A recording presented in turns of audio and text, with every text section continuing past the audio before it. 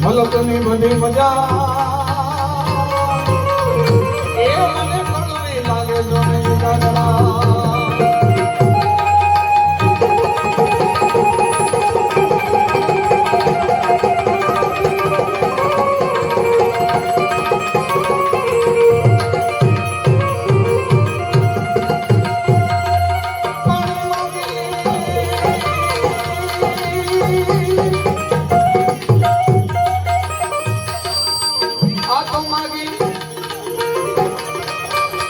માગી માંગ કરને અન જોને છાટો નદી જોને સાયો સાયો પણ નકામી આગે જોને વાસ એ તો નુવાન બસ જોને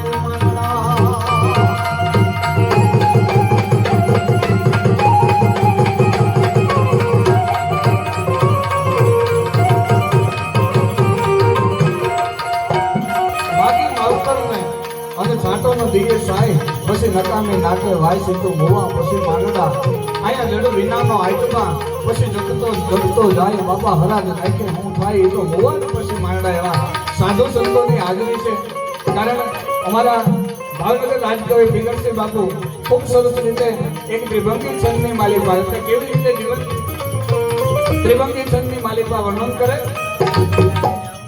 करने की कर से डर पर धन से पान लगन से धन प्रीति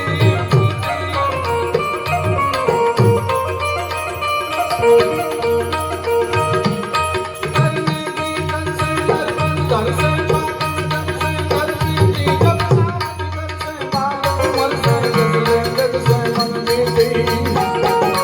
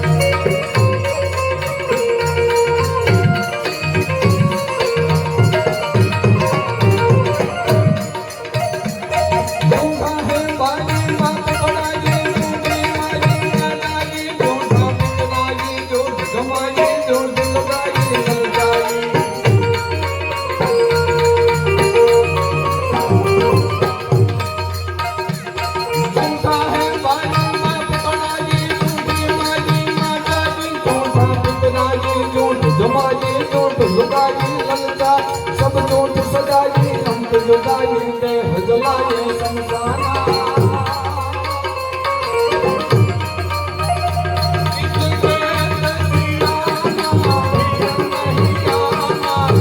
जग में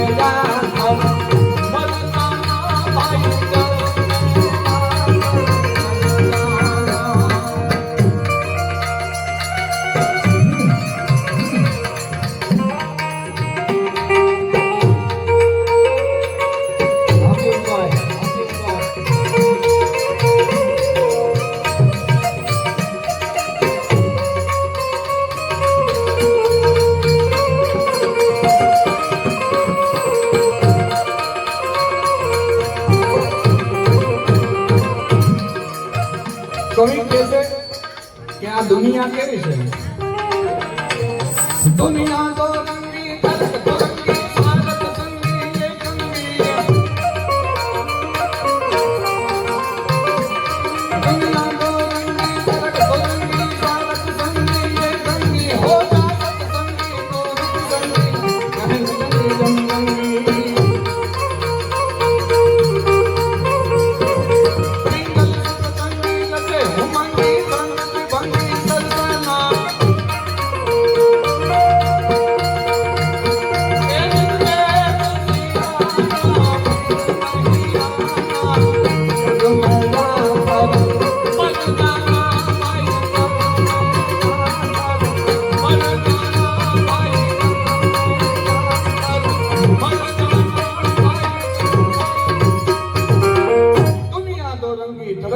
ભંગી અને સ્વાર્થ સંગી એકંગી.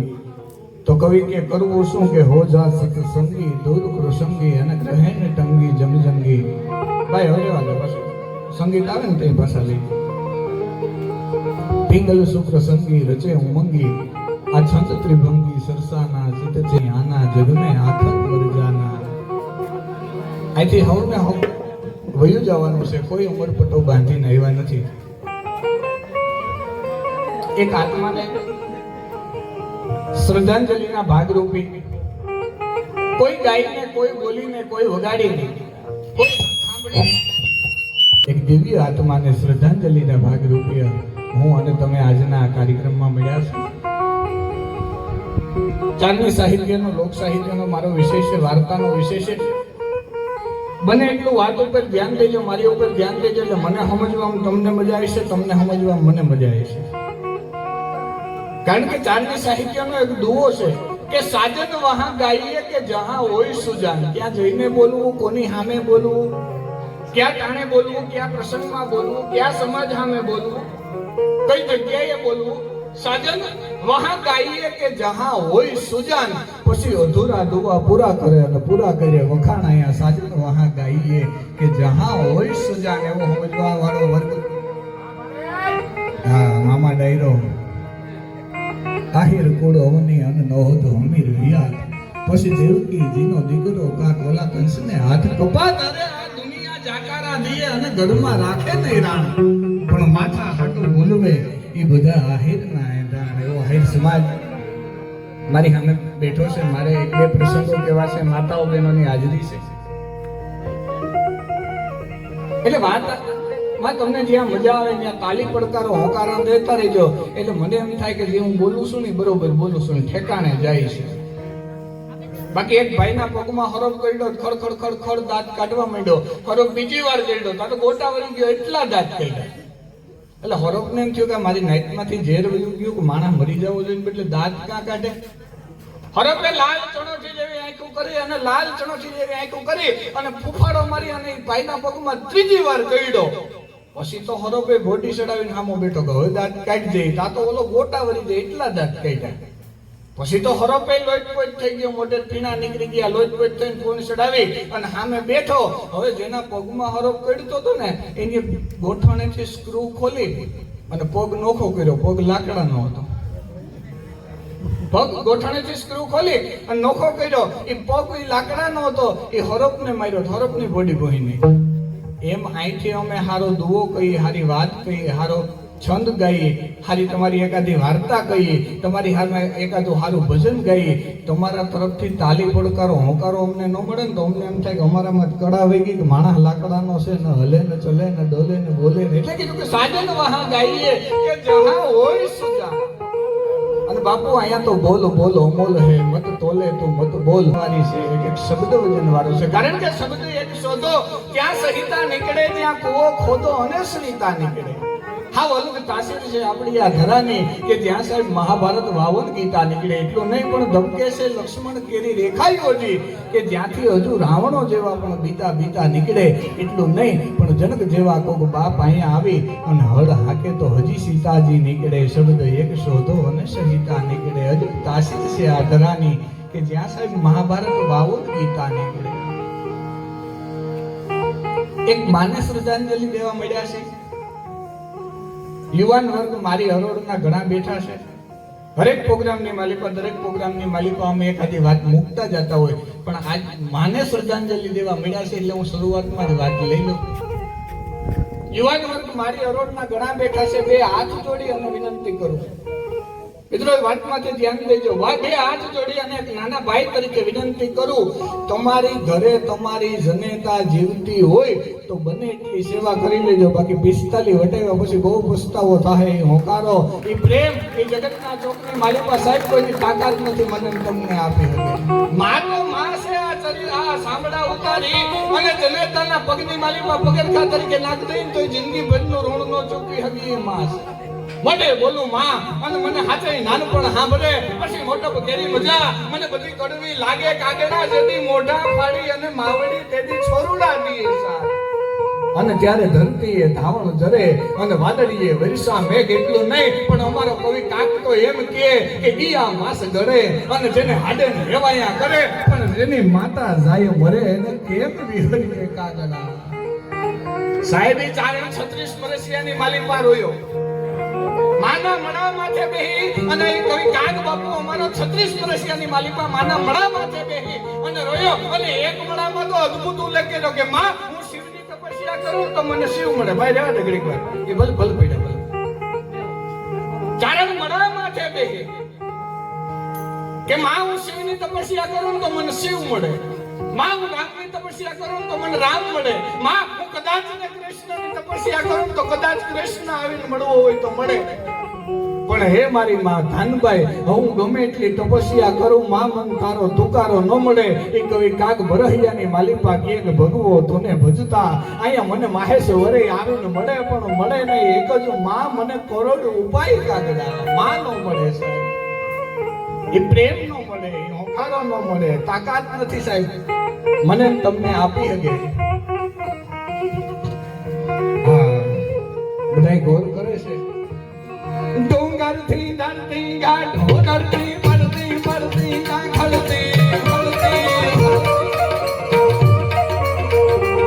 ડુંગરથી ધરતી ઘાટ ઢોળતી પડતી પડતી કાખળતી જાવે ફરતી ગદાન ડરતી હરતી ફરતી મત ડરતી દિલકારા કરતી ડગલા કરતી કરતી ચોરાની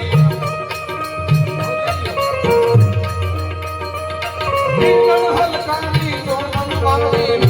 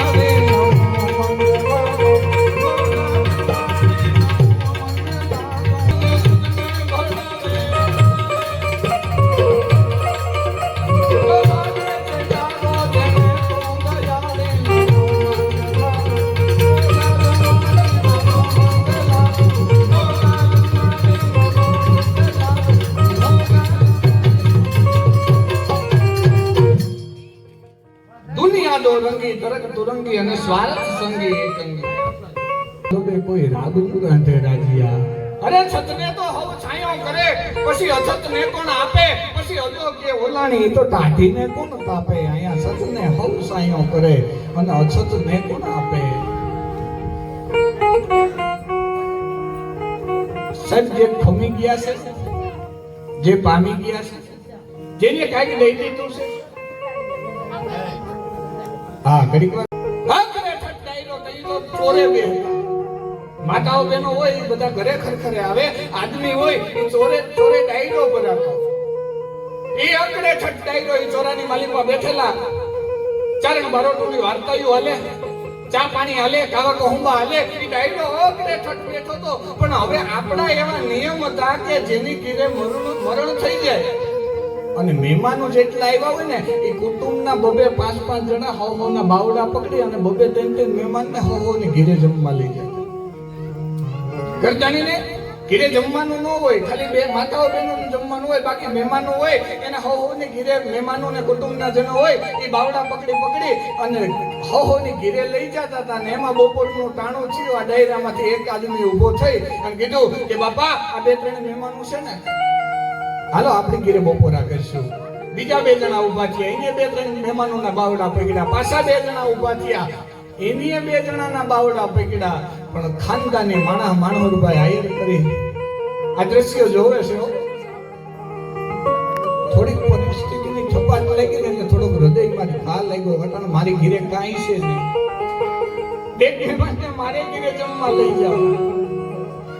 મહેમાનનું બાવડું ને ઘીરે જઈને હું આને ખવડાવે. એ દ્રશ્ય જોતો તો મારા હમ તારા હમ મારા હમ તારા હમ થતું હતું કે મહેમાન તમે હાલો મારે ઘીરે. એમાંથી માણવરભાઈ થી રહેવાનું નહીં. અને એ ડાયરામાં શ્રીમત માણા હતો. શ્રીમત ભાઈ 2 હાથ જોડીને વિનંતી કરું, બાપા મારી વાત મરી જાય. હા તમે એમના પૈસા ગણો યાર. શ્રીમત માણા હતો.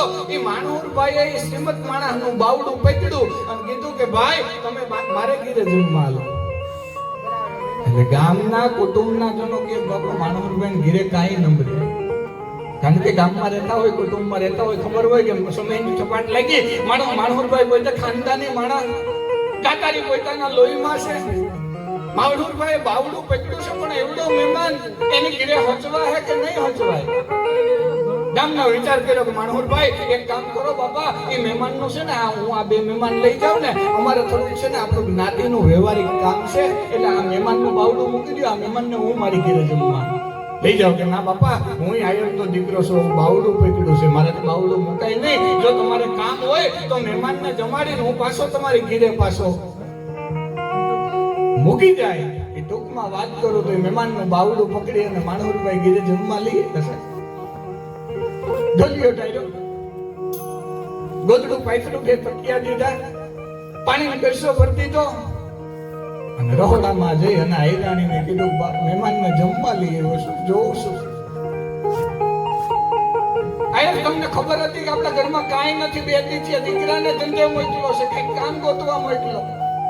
અને તો મહેમાનને બાવડું આપણે કાયલું આપણે હાઈનું ખાતું નથી, અને તમારા મહેમાનને લઈ આવ્યા, આપણે જમવા શું દેવું? માણવરભાઈ કે બીજું તો કાઈ નહીં, પણ આપણા કુટુંબના બધા મહેમાનોના બાવડા પકડતા હતા. બધા આપણા કુટુંબના બાવડા મહેમાનોના પકડતા હતા ને, પછી હું જોતો હતો ને મારાથી રહેવાનું નહીં, એટલે મારાથી એક બાવડું મહેમાનનું પકડાઈ ગયું છે. હું શું કરું? મારાથી બાવડું પકડાઈ ગયું અને સામે આયરાણી સાહેબ ફટકારાના આહોડા લઈને કાંઈ ઉપાધિ કરો માં, મહેમાન પાસે બેહો, હમણાં હું જમવાની તૈયારી કરું. મહેમાન પાસે બેઠા, આસનીઓ નખાણો, થાળી મુકાણી, પાણીનો ગરસો મુકાણો. માણવરભાઈ કીધું મહેમાન બેહો જમવા. કે માણવરભાઈ તમે કે બાપા હું તો જમીન જ ચોરે આવ્યો તો, હમણાં જમીન જ ઉભો થઈ અને ચોરે આવ્યો તો, તમે જમી લ્યો, મેં તો બપોરા કરી લીધા. મહેમાન જમવા માટે થઈ અને બેઠા. રહોડામાંથી રકેબીમાં એટલું કેવું બાપુ મીઠું લઈ અને આયરાણી આવ્યા અને મીઠાની ચપટી મૂકી અને થાળીની માલિપાએ ચપટી ભૂકી અને ચપટી મૂકતા મૂકતા એ આયરાણીએ કીધું કે ખીલીને ખોખારા દિયા, અહીંયા પરસો ને પતરી, અહીંયા સજન તું ગણજો અસાંજી સંપત્તિ અતરી. મહેમાન તું મારા ગામ તને હોનાની હાકડું બાંધીને લઈ આવે તોય તું મારા ગામમાં ન આવ, અને તું આજ મારી ઘરે મહેમાન થયો છે, પણ મહેમાન મારી સંપત્તિ એટલી છે. સાહેબ માણા એના પ્રેમ માથે, એની દાતારી માથે, એના ભાવ માથે એ મહેમાન સાહેબ ઘડાઈ ગયો. એક કણ મીઠા નો લે, મોઢામાં મૂકે પાણીનો ઘૂંટડો ભરે, એક કણ મીઠા નો લે, કોઈના મોઢામાં મૂકે પાણીનો ઘૂંટડો ભરે. પણ 32 બાઈટના ભોજનમાં જેટલી તૃપ્તિ થાય એટલી મહેમાન એની પોતાની દાતારી માથે ભરાઈ ગયો હતો. મીઠો ઓડકાર ખાઈ શરૂ કરી ઊભો થઈ અને કીધું બાપા હવે હાલો, મહેમાન માણસભાઈ બધા મહેમાનો આવી ગયા છે, હવે અમારે નીકળવાનું ટાણું થયું. એ બે હાલતા થયા, ચોરે આવ્યા, મહેમાને બેઠક લીધી, માણસભાઈ બાર પાસે ઉભા રહ્યા. મહેમાને કીધું બાપા ઓલા ફલાણા ઘરે મહેમાન ગયા હતા એ આવતા રહ્યા, કે આ બાપા એ આવતા રહ્યા, કે બધોય ડાયરો બધા મહેમાનો જમવા ગયા હતા બધાય આવતા રહ્યા, કે આ બાપા બધાય આવતા રહ્યા, કોઈ મહેમાન બાકી નથી, બધાય મહેમાન આવતા રહ્યા. એટલે મહેમાને બેઠા બેઠા કીધું કે ભાઈ માનહુરભાઈ, એ ભાઈ માનહુરભાઈ અહીંયા આવો તો મારી પાસે બેહો ભાઈ.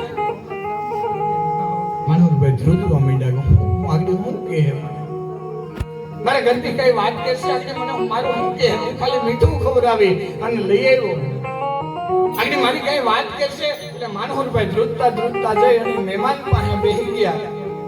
એટલે કીધું માનહુરભાઈ કેટલા દીકરા ભાઈ? કે ભાઈ એક દીકરો. કેવડો છે? કે 19-20 વર્ષનો દીકરો છે.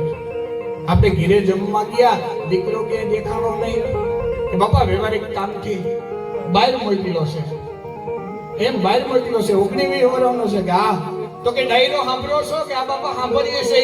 એ માનહુરભાઈ જાડેરી જાન જોડીને મારી ઘરે આવી છે, હું મારી દીકરી તારા દીકરાને પરિણાવું છે. આ તારી આ હિરકુડો ઓની અને ન હો તો હમી રહ્યા. સાહેબ આયર એવો વિચાર કર્યો છે, જો આને હું આગળ આની ગરીબાઈ માથે દઈ ને તો આ કદાચ ને લેહે નહીં અને એને શરમ થાય, પણ મારી દીકરી એના દીકરાને પરણાવી અને ગાડા ને ગાડા કરિયાવર દઈને તો ઈ ભૂંડો નહીં લાગે અને હું ભૂંડો નહીં લાગે. સાહેબ આ ત્યાગ, આ સમજદારી, એટલે કીધું સમજદારી અને સજ્જનતા. જો હાટે વેચાતા હોત તો ધોળક લેવા ધનપતિ, અહીંયા નાણું ખર્ચી અને નટવર. એટલે વાત હું એ કરતો હતો કે માનું પાત્ર છે સાહેબ, આ શરીરમાંથી ચામડા ઉતારી અને જનેતાના પગની માલિક નાખી દઈ તો એ જિંદગી ભરનું ઋણ નો ચૂકવી હગી માં છે. કીધું કે આ માસ ગળે અને જેને હાડે હેવાયા કરે, પણ જેની માતા જાય મરે એને કેમ વિસરીએ કાગડા. તમે ટાણા સાચવી લ્યો. સાહેબ ચૌતલોમાં ગયા, એક પછી એક વિધિ પૂરી થઈ, દીકરીઓની વિદાય થઈ, દીકરીની વરરાજાની ગાડીઓ રવાના થઈ, બસો રવાના થઈ, અને હામ હામાં બે વેવાઈઓ બથું ભરી અને